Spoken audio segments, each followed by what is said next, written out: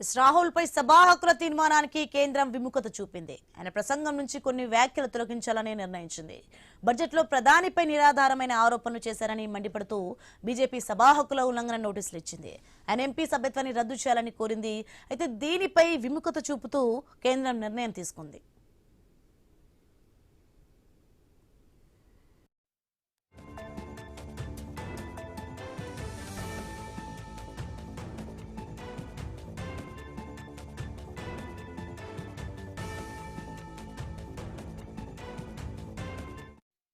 రాహుల్ పై సభా హక్కుల తీర్మానానికి కేంద్రం విముఖత చూపింది. ఆయన ప్రసంగం నుంచి కొన్ని వ్యాఖ్యలు తొలగించాలని నిర్ణయించింది. బడ్జెట్లో ప్రధానిపై నిరాధారమైన ఆరోపణలు చేశారని మండిపడుతూ బీజేపీ సభా హక్కుల ఉల్లంఘన నోటీసులు ఇచ్చింది. ఆయన ఎంపీ సభ్యత్వాన్ని రద్దు చేయాలని కోరింది. అయితే దీనిపై విముఖత చూపుతూ కేంద్రం నిర్ణయం తీసుకుంది.